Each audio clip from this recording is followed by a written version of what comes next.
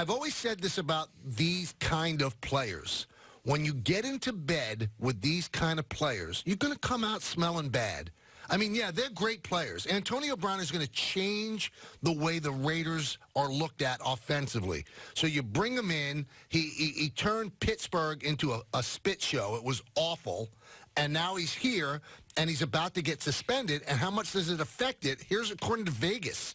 Okay, before the Antonio Brown supposed suspension. It's not official yet. And this just happened within the last couple of hours. Right. The game was a pick'em. What do you think it is now?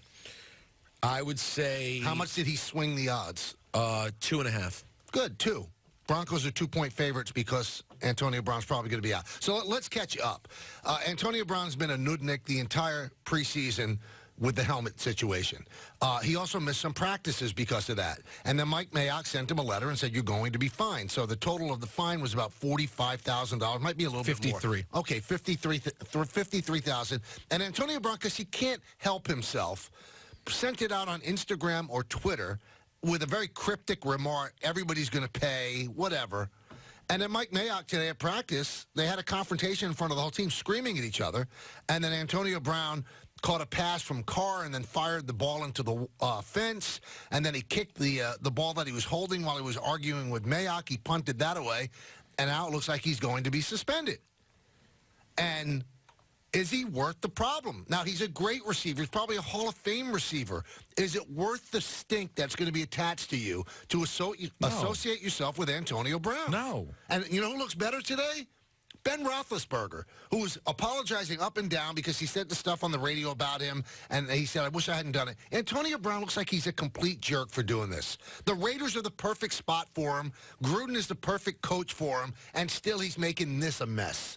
But he's a wide receiver that just turned 31 years old in July, and he is a pain in the neck.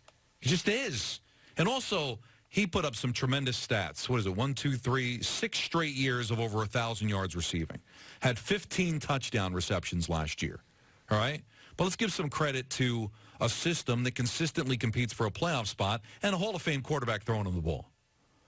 So you need a good quarterback. You need a good offensive line. You need a good system to work. So I don't know what numbers he would have put up with the Oakland Raiders because Carr is not Roethlisberger and the Raiders are not the Steelers. But is he worth the headache? No, he's not. Well, now he's not. I mean, not now. I mean, again, if 25 years old, but even then, no, still I just in mean, the NFL, I don't mean that. These disruptions are a problem. I don't even mean the age part. I just mean with the level of disruption. Because I've been watching Hard Knocks. I'm on the last episode, like 15 minutes into the last episode, and he seems to get along with everybody. He's quite likable on Hard Knocks. There's a lot of that makes him likable. And then these stories keep happening. Listen, I do understand the helmet thing at the beginning, right? There is a piece of the helmet part that I understand why it was an issue. But why the fact that it just kept coming back over and over again, they couldn't put it to bed. It had to be so public. Even yesterday, why did he have to publicly talk about being angry that he was fined? You missed practice. It was unexcused. You got a letter privately. They didn't embarrass you publicly. Right. They didn't come out and say... You made it public. You made it public. What was the point of that? And I'm just so confused as to why you would go to these lengths to be a pain. Because today's athlete, it's all about being in the spotlight, their brand. Everything has to be public. Everything. They have to lift the skirt all the time. Nothing is private. And I get that, but that's also an excuse to just say, well, that's this generation of player.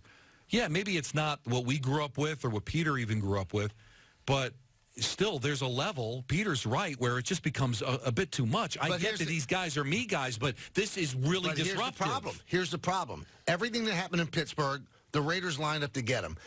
Now, in this story on ESPN.com, there's a paragraph. There are some within the Raiders that want the organization to move on from the Mercurial Brown, according to Adam Schefter. And sources around the league believe that the team could suspend him with the idea of trying to void the $30.125 million guaranteed in his contract. And I will guarantee you something. If they did that, they'd be a team that would step up and get him. Because that's why these guys do what they do, because there's always going to be somebody.